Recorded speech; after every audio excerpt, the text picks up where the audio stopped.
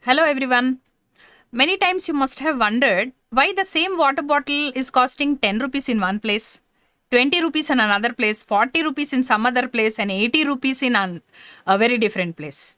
So, and you must have really felt very unhappy about that also several times. No? Generally, 10 rupees may be in a very local shop, 80 rupees you could have found it somewhere in the airport. So, that same bottle is costing so differently. So, why there is so much variation in the prices and how the prices are fixed by different companies? So, that we are going to look into in today's topic, a very interesting economics topic, pricing methods. So, first of all, let me give you an overview of all the different types of pricing methods which are available. So, companies don't randomly fix the prices for their products, but they follow several pricing approaches to fix the right price for their product so that the demand for the product is good and it sells well in the market, and actually they sustain in the market for a very long time. So, what are the different approaches or the different methods which are available for the companies to fix the price for their product? Let us see in detail today. So, basically it is categorized into four major categories, that is cost based pricing, competition based pricing, and when the pricing is based on the demand for the product, and when the pricing is based on the marketing strategy which is applied at that point of time for the sales of that particular product. So, first let us understand what is the meaning of this cost based, competition based, demand based and strategy based. Cost based is when the price is fixed purely keeping in mind the cost price of the product, means the amount of expenditure the company has incurred on preparing or producing that particular product is the deciding factor for fixing the price of the product. Then we call those methods as cost based pricing methods. When the product has a lot of competitors and when the price of the product is fixed based on the competition which is present in the market, or the different competitors which are available in the market for that particular product, if that is a deciding factor for fixing the prices, if the price of our product is influenced by the price of our competitors' products, then such kind of a pricing method we call it as competition based pricing. Then demand based, this is corresponding to the amount of demand which is present in the market, which is the deciding factor for the pricing of that particular product. And the strategy based is when, as per the need and the situation, if that business is applying a particular strategy to enhance its business, or maybe to capture a particular business at a particular point of time, or that is its regular strategy for that particular type of a product, based on the marketing aspects, we call that as a strategy based pricing method. Now, in detail, let us look into each type by type. So, coming first to cost based pricing methods. Here, first coming to the cost base, already we have discussed that this pricing technique is adopted based on the total expenditure which has been incurred, means the money which has been spent to make that particular product is a deciding factor here. Money spent for making the product is the deciding factor for fixing this type of prices for the product. Now, coming to this first one, three types: full cost pricing, cost plus pricing and marginal cost pricing. So, what is this full cost pricing method? Here, when the price of the product is fixed based on the total cost of the product. What is total cost of product? Total cost is the fixed costs plus variable costs of the product. So, variable cost, something very simple. To make that particular product, what is the amount of money we spent on purchasing the raw material, amount of money which we spent for the labor cost for making that particular product. So, all these which change with the amount of production, amount or the quantity of production units, all those costs which change, we call them as variable costs. Means specifically for making that product or that much of production, what is the expenditure that has been incurred is the variable cost. Now, what are these fixed costs? Costs like the rent, which is fixed, whether you make one product or 100 products or 1000 products, the rent is fixed. Then the depreciation which we are counting, that has been lost over all the kind of infrastructure that we are maintaining, or all the materials that we are maintaining, all the depreciation costs. Right? All these are fixed costs. So what are the fixed costs plus the variable costs? All this together is a total cost of a particular product. So when a company is taking into account the total cost of the product and expecting a small amount of profit over that total cost. So when identifying the total cost of making that one particular product per unit, what is the total cost, adding a little bit of profit to it, and then simply selling the product at that profit. If they feel that, okay, 1,000 rupees is the total amount which is calculated as a total cost for that particular single unit of the production. So over this, they feel that if I add another 200 rupees more, it is going to sell in the market. People are there to purchase it. So simply they are going to add the 200 and they are going to fix the price at 1200 rupees is the selling price of that particular product. If this is the method they are adopting, we call that pricing technique as full cost pricing method. Then let us see what is this next category, cost plus. So listen very carefully, because there is a little confusion generally for students between the full cost and cost plus method. If you do not understand the concept in depth, there is a very simple difference between the two. So now let me explain what is this cost plus pricing. So cost plus pricing is again, of course, the total money that you spent to make that particular product. So that is the cost of the product plus already the company has in mind a predetermined profit that it is expecting. Predetermined percentage of profit. Okay.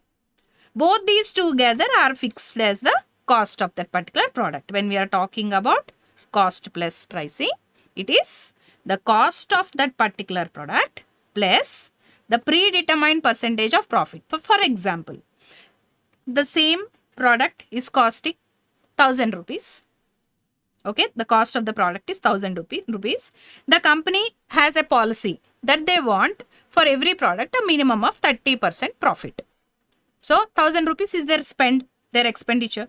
They are expecting 30%, means they want 300 rupees over it. So directly it is decided 1,300 is the selling price of that particular product. So what is the differentiating factor here? In full cost pricing also, cost plus pricing also, the company takes into consideration the total cost that they have spent for making the product. So that concept is same. So actually cost plus pricing is a type of full cost pricing. So what is the difference there? In full cost pricing, what is done? Whatever is the total cost for making the product, over that some amount of profit which they feel is going to sell well in the market, they're going to fix that as the profit and they're going to fix the price of that particular product based on that extra profit they're adding. But cost plus pricing is that company makes a policy that permanently this should be the profit percentage for our production. Whatever we produce, this much profit percentage I should have, irrespective of what is the market condition or irrespective of whatever is the amount they are spending over it. So that predefined or predetermined percentage of profit over the cost is the total selling price of that particular product. So that is how the cost plus pricing is fixed for a particular product. So I hope you understood the difference between full cost pricing and cost plus pricing. So basically cost plus pricing is a category of full cost pricing only. So almost both are similar, but full cost pricing is the total price plus some profit added to it which can sell well in the market. Whereas cost plus pricing is where it is the total cost plus a predetermined percentage of the profit as per the policies of the company. So next, marginal cost pricing. Here let me give you an example. So let us say a company is manufacturing cars. So here for manufacturing these cars, let us say monthly it has a capacity of manufacturing 1,000 cars. Now suddenly they have received an order for another 100 cars. To make these 100 cars extra, actually the capacity is 1000 cars. But if they are supposed to handle this extra order of 100 cars, they are supposed to handle the extra pressure of the 100 cars manufacturing in terms of additional raw material which may not be available just like that. So they have to spend extra money, premium money, and they may not have the labor available. They have sufficient people for 1000, but now for the extra 100 they'll have to pay much more in surplus because the people are in shortage, or maybe they'll have to ask their own people to work overtime charges are little more heavier, so extra charges they have to bear. So maybe they have to work extra shifts, so they have to have extra maintenance, everything which is actually more expensive compared to the regular capacity of that particular company. So what happens, because this company is manufacturing these 1100 now, the company is going to spend money which is actually much more when compared to their earlier 1000, which is calculated at an average for each unit. So the average of these 1000 cars would be lesser compared to the average of these 100 cars, each single car out of these 100 cars, because for making this extra production, they're spending all extra money because it is beyond their capacity and they have to do some extra or put in some extra efforts to procure all those things and get the things ready in that time because they do not want to lose the order. So their spend is much more higher. So the company has to keep this in mind when they're selling the when they're fixing the selling prices for this particular cars. So they cannot sell it at the normal price because they spend much more money over it. So if this is the deciding factor, we call it as marginal cost pricing. So I have given you an extreme higher end example. Let me give you the other lower end extreme. Now let us take the example of flight travel charges. Okay, aeroplanes, when let us say maybe the last 5 seats are left vacant. The flight is totally filled, all the tickets booked, but 5 tickets are still left. Now what does this airlines, what do they think actually? Instead of letting the flight go with those 5 seats empty, it is better to offer these 5 seats at a concession price at a lower price, much maybe half the price, so that these 5 are also booked and they get some additional money because they are not losing any much more by allowing another 5 passengers to get into the vehicle. Otherwise they would have had to go empty, those 5 seats empty. But if they reduce the price of those 5 tickets, at least they get that little bit of money which they would not have got if they did not decrease the ticket price. So maybe somebody who would just try to board in because the ticket is now only half priced there would fill in the seats. So they're getting that extra money. So sometimes this marginal cost could be less. Sometimes the marginal cost could be also more. But whatever it is, for the extra that you want to sell, what is the extra that you are actually spending, because of which the price you are going to decide, the selling price you are going to decide for your particular product or service would change. When that is the kind of method you are adopting, when your pricing method is based on that marginal cost of that particular product, we call it as marginal cost pricing. So first category we have seen cost based pricing. So what is it? When the pricing approach is based on the amount of money spent for making the product by that particular company. If the company is fixing the price of the product based on the cost of that particular product, we call it as cost based pricing. And under that we have 3 categories of pricing methods, that is full cost pricing, cost plus pricing and marginal cost pricing. So now let us go to the next type. Competition based pricing. Okay, coming to this competition based pricing, we have 2 major categories. So let us see what those are. And first of all, what is this competition based pricing?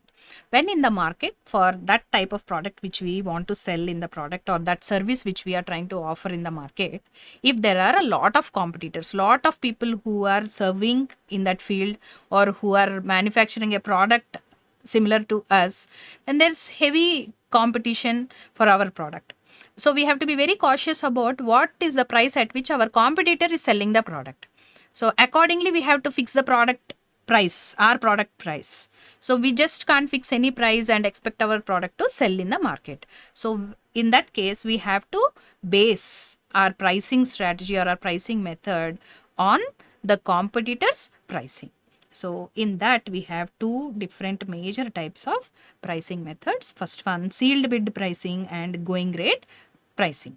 So first let us see what is a sealed bid pricing and why is it called a sealed bid pricing. So this, the best example is in the case of whenever government issues tender notices, or they are ready with some kind of new projects and they want to give that as a contract to different people who are ready to offer that particular service or make that particular thing ready for the government, then what do? They release they issue a tender notice.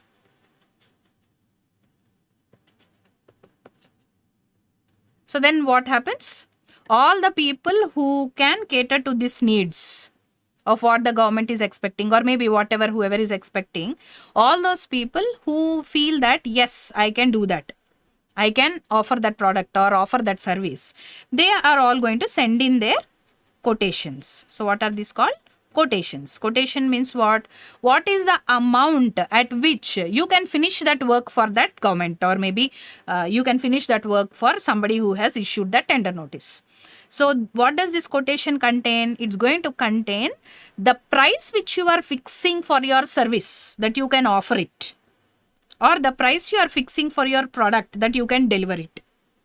And you are going to send it to that authority in a sealed cover. It is going to go to that authority in a sealed cover, where a bidding is going to happen. They are going to open all those sealed covers which are highly confidential, and whoever quotes least is going to be given that opportunity, is going to be given that tender. Okay, so because of which this particular method is called the sealed bid pricing. So how is the price fixed for your product or your service? You are fixing your price, but whoever's price is least is given priority there, and they are given the opportunity to go ahead with completing that venture or completing that project or completing that particular development or catering to offering that product for the government or for whichever authority is issuing the tender notice. So this kind of a method of pricing, which is because of the competition for that particular product or service in the market, we call it as sealed bid pricing. I hope you understood. Next one is a very simple method, going rate pricing. Now let me give you a simple example here. Gold price that particular day is decided. You can't sell gold at whatever rate you want. You had to sell it only at the rate at which it is going in the market. So if you sell it for higher, no one will come and purchase it from you, and you can't sell it for lower because anyway the market price is there and definitely you will get that money. Why do you have to sell it for low? So you are selling your product at the price at which it is to be sold in the market. So you're selling it at the going rate price because there is heavy competition for that. Lot of people are selling it and you can't sell it if you place it at a higher price, and you don't want to sell it at lower price. You don't want an unnecessary loss of money. Another very simple example. Let us consider our day-to-day vegetable markets. So what do you find in these vegetable markets? Now, let us take a small example. The case of maybe onions, 30 rupees per kg that particular day, let us say. All the vendors who all are selling the same vegetable, that is, they're all selling onions that day, they're all going to sell it at 30 rupees in the market that day. If anyone wants to sell it at 35 rupees, no one would go there and purchase. So, he can't sell it for 35 unless and until there is a variation in the quality. If it is of the same quality, the same type, all of them have to sell it at the same price. And you don't want to sell it at 25 rupees because why do you want to waste your 5 rupees there or lose your 5 rupees there when people are ready to buy at 30? So, You are trying to sell your product at the same price which is going in the market that day. Because of the number of competitors which are available for your product, and all of them are maintaining the same price, you have no alternative but to maintain the same price. So when this is the approach based on which you are fixing the price for your product, we call it as going rate pricing. So under competition based pricing, we have two major categories of pricing methods or pricing techniques. One is sealed bid pricing. The other is going rate pricing. In sealed bid pricing, whoever quotes least is going to be given the opportunity to deliver that product or make that product. And going rate pricing, everyone who is operating in the market selling the same commodity is supposed to sell the product at the same price which is the market price that day, because of the heavy competition for these products. Now coming to the third category, demand based pricing. So these are the methods which are adopted by the company when they keep in mind the demand for that particular product. So let us look into the different types. Price discrimination, perceived value pricing. Price discrimination pricing method and perceived value pricing method. First coming to this price discrimination pricing method. Here let me give you an example. That again, let us go to the airfare. Now, most of you might be knowing that there is a concession for students in the airfare. If you are able to show proofs that you are a student, you are offered the same air ticket at a lesser price. Whereas, if you are just a normal traveler, you are supposed to spend more. So, there is a variation in the price. Similarly, the opening statement we started our session today with, that same water bottle. So here this is the example with students and airfare, or wherever there is a concession for students, whether it could be a bus fare, okay, any kind of a travel fare. Then coming to this example about the water bottle we had discussed. So the same water bottle is, maybe let us say it is just 10 rupees outside in any retail, normal, regular, outside small retail shop, 10 rupees per bottle, water bottle. But in the airport, maybe it is at 80 rupees or 100 rupees or whatever. It is the same water bottle, but based on the place where it is being sold, it is pre-decided that variant of the price. At a restaurant, it is of a different brand. Maybe it is sold at 40 rupees at a restaurant. Right? So this is how the company decides why they fix these different prices. At the restaurant, you don't mind spending the 40 rupees over the same bottle. At the airport, you don't mind spending the same 80 rupees over the same bottle, because people there are ready to spend more and they can spend more. That is the intention. And you have no other availability. That is the only availability there. So people are ready to spend 80,000 there, 80 rupees there. Whereas here, in a normal simple shop, if the same bottle is sold at 80 rupees, no one would even touch the bottle. So there it is sold for 10 rupees. Because if you price it higher, he will go for another variant. But here, at the airport, you have only this type of bottles available and all are priced at 80 rupees. The person has no other alternative. There is heavy demand and he is ready to purchase. He wants water. He is ready to purchase it for 80 rupees. And he doesn't mind the 80 rupees. He wants water.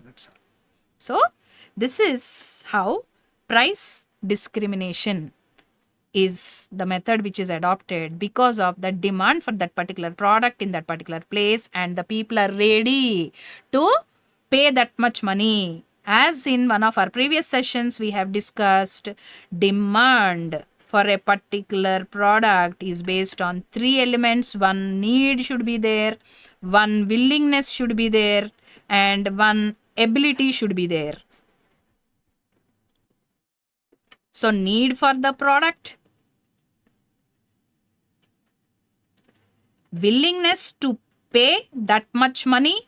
At the airport, he is ready to pay 80 rupees. But in that small shop, he won't be ready to pay the 80 rupees. So you can't place it at 80 rupees in the small shop. And at the airport, you can happily sell it for the 80 rupees. Then he should have the ability. In the small shop, you want to sell it for the 80 rupees. All the people cannot afford. But at the airport, you are selling it for 80 rupees. Of course, the people will afford, they will pay, they will buy, and they will drink that water. Okay. So there is demand for that product even at this amount at that particular location. So when that demand is the deciding factor for fixing your price. So one of the variant of that kind of a pricing method is called price discrimination. You show variation in the prices based on the demand. Especially even you can have examples like senior citizens, they are charged differently. Okay, all this is price discrimination. Next, coming to that second category, perceived value pricing. Okay, let me give you a good example here. All of you know about the street market, right? Or the footpath market, street market, that is what we call generally, the general terminology that we use. So let us say there is a shopkeeper, there's a vendor who's selling bags on the roadside, selling some college bags on the roadside. And from morning till night, he sold several bags. He sold bags, the same bags, all bags are same. He sold bags for 1,000 rupees to one person. He sold it for 300 rupees to another person. Sold it for 500 rupees to another person.